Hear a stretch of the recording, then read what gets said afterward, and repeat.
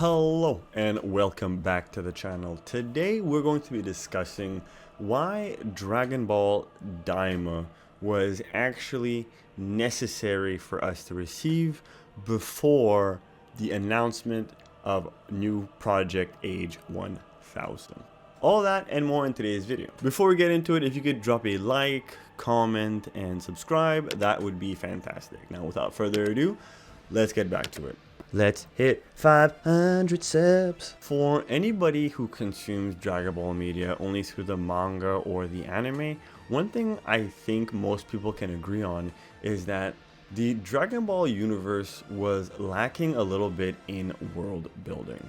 Now there's quite a bit more world building done, but if we go back, right, if we go back all the way back to Dragon Ball, Goku's first big adventure, we're kind of just thrown into this world with no real explanation of what's going on.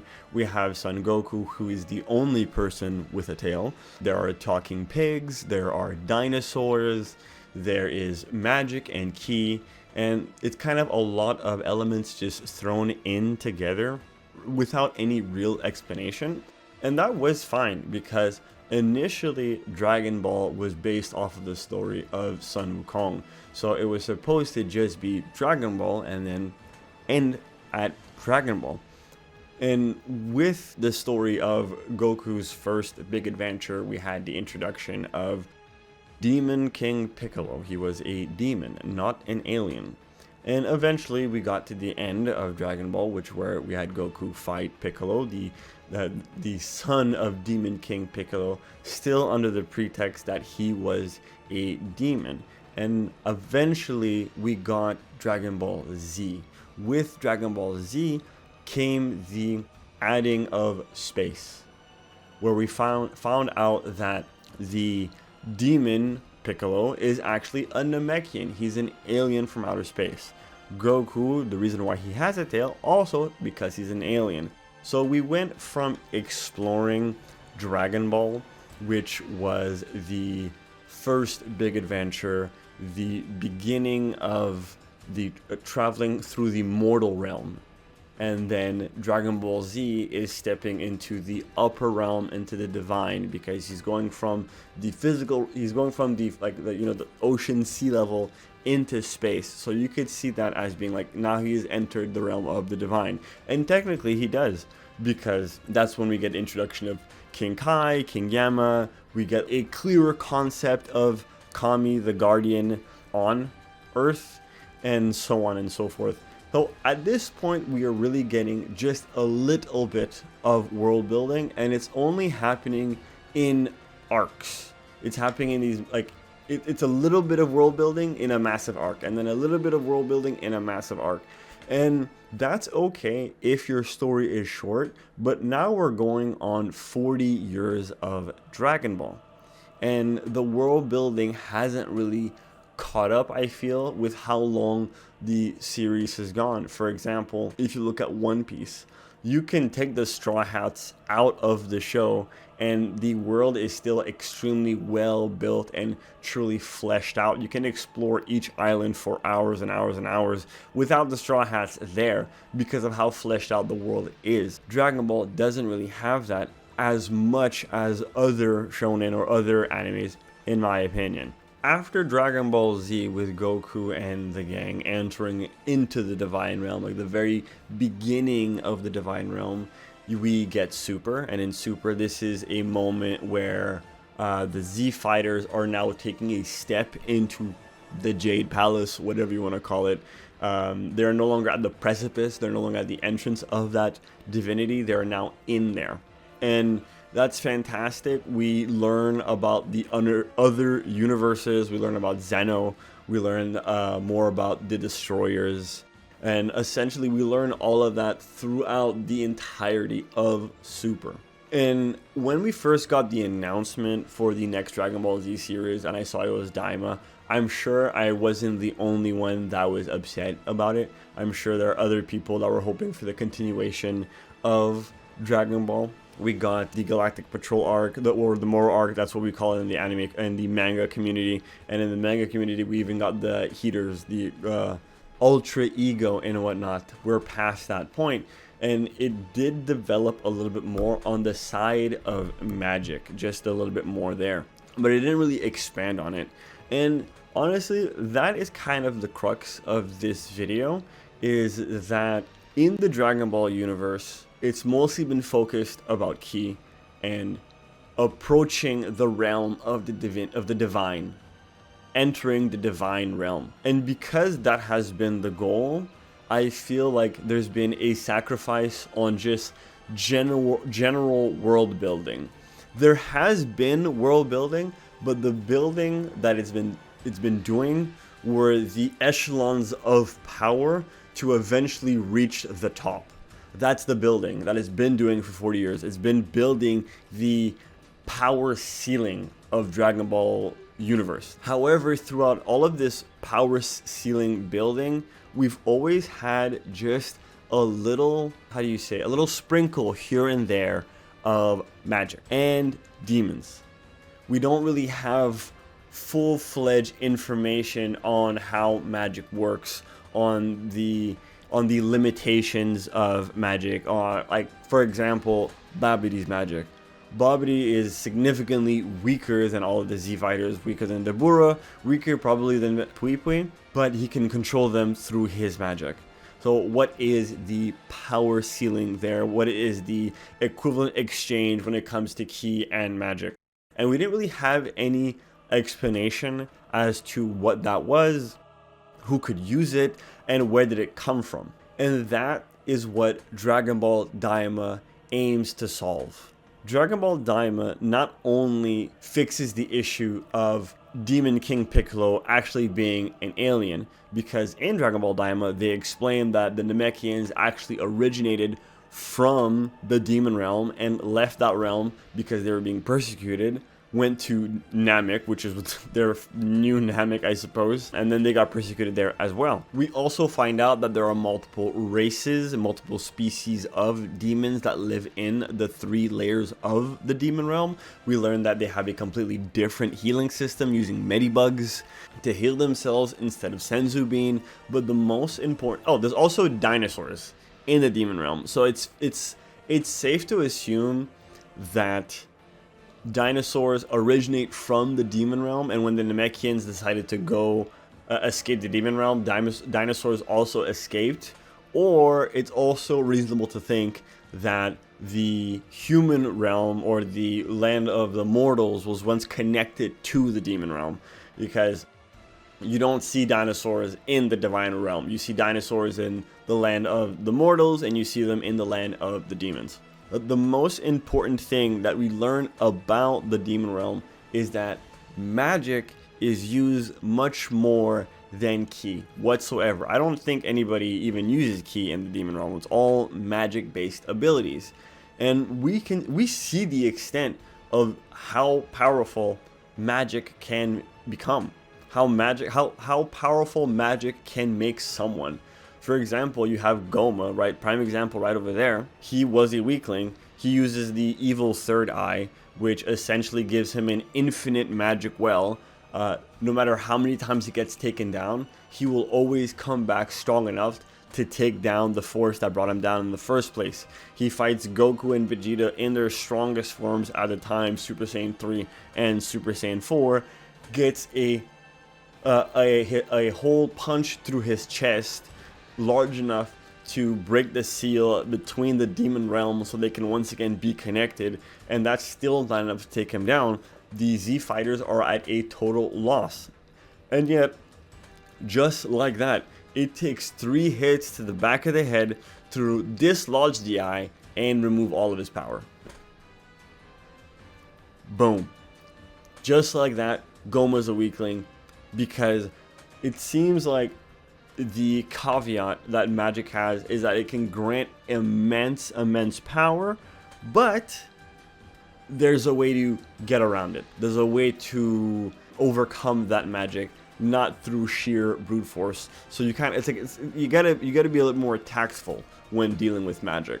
This is also important because in the Galactic Patrol, we're going to be getting more magic, because spoilers for anime only, we are going to be fighting Moro, and Moro essentially doesn't use ki, he uses magic and is able to defeat Goku and Vegeta multiple times. So by having Daima come out first and getting the anime only audience used to the idea of magic, it's going to make a much smoother transition into the Galactic Patrol arc, because they just got a taste of how useful and how potent magic can become. I'm not going to dive into the Galactic Patrol arc because I don't want to spoil anything else, and that's not what the point of this video is. But just remember that without Daima accepting this random villain of the week to show up and then to just simply be on par with Goku and Vegeta, who are currently being trained by Whis and Beerus,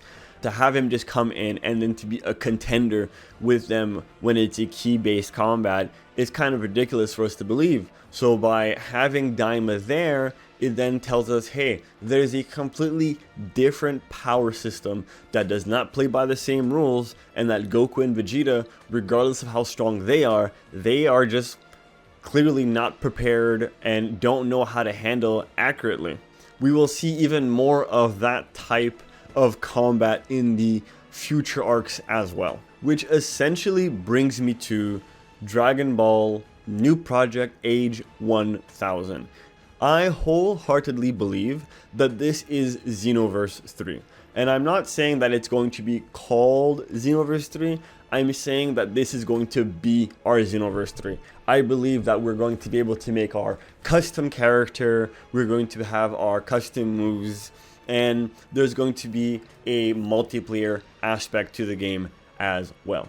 Not only do I believe that Daima was essential to making Age 1000 come out, Kakarot and Sparking Zero were also essential, and obviously the biggest piece of the puzzle, Xenoverse 1 and Xenoverse 2. Now, starting off with what I believe Age 1000 is going to be, I think it's going to be an RPG with elements from Dragon Ball Z Kakarot, from Sparking Zero, and Xenoverse.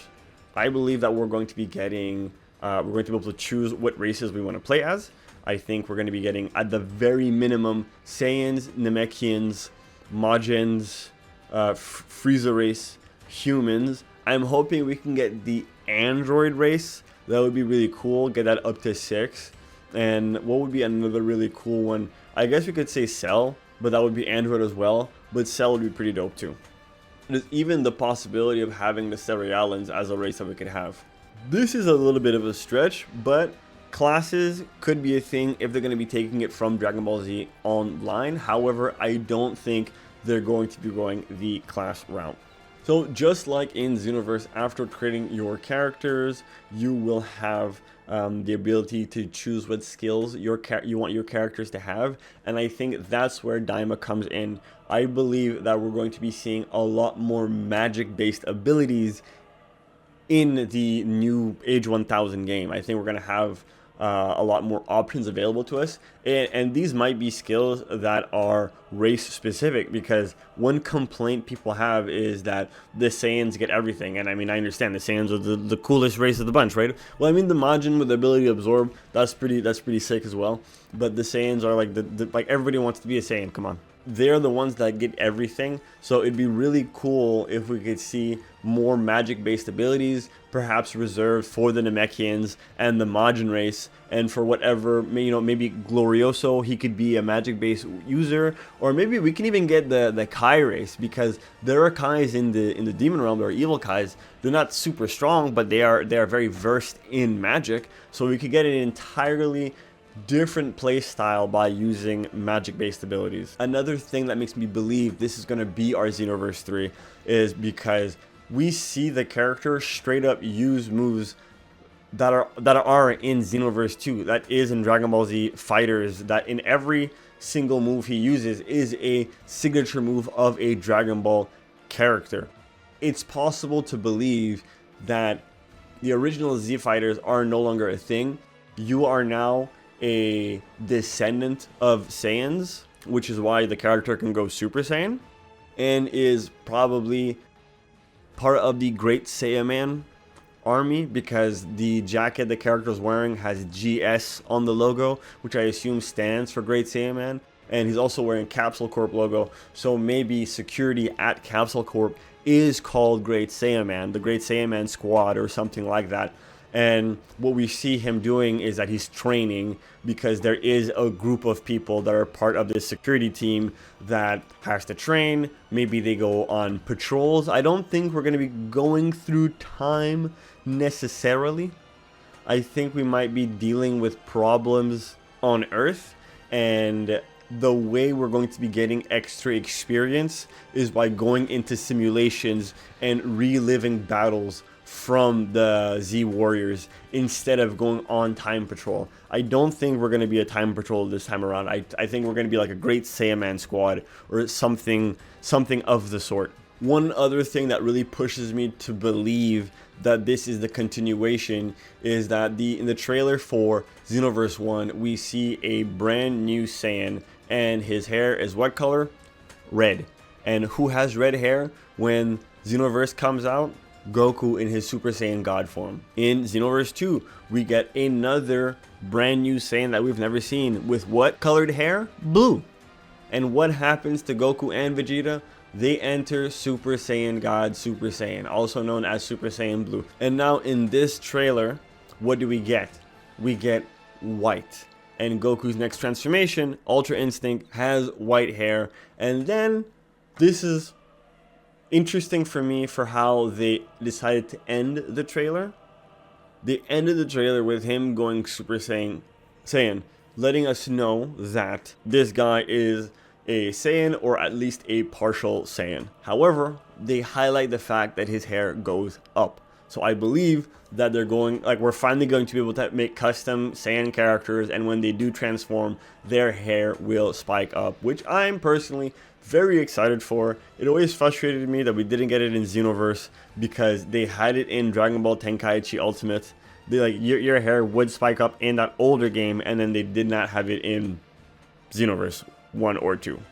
But whatever. So those are the elements I think that they're going to be pulling from Xenoverses 1 and 2. For the Sparking Zero element, I think they're going to be pulling a lot from the destructible environments and the animations. Not the animations, but the artistic style. Because as you can see from the trailer, if the gameplay is going to look like that, and not the shiny action figure look that the Xenoverse characters have, it looks kind of similar to Sparking Zero. It's just that character looks a lot more slender than, like, you know, buff Goku, buff Vegeta, and whatnot. It looks kind of closer to Super in drawing. But you can see the resemblance in Sparking Zero and in Age 1000. And then finally, Dragon Ball Z Kakarot. I believe that they will be taking the fighting and the fighting hordes, mobs of enemies. I think they're going to be taking that from Dragon Ball Z Kakarot and having that in Project Age 1000.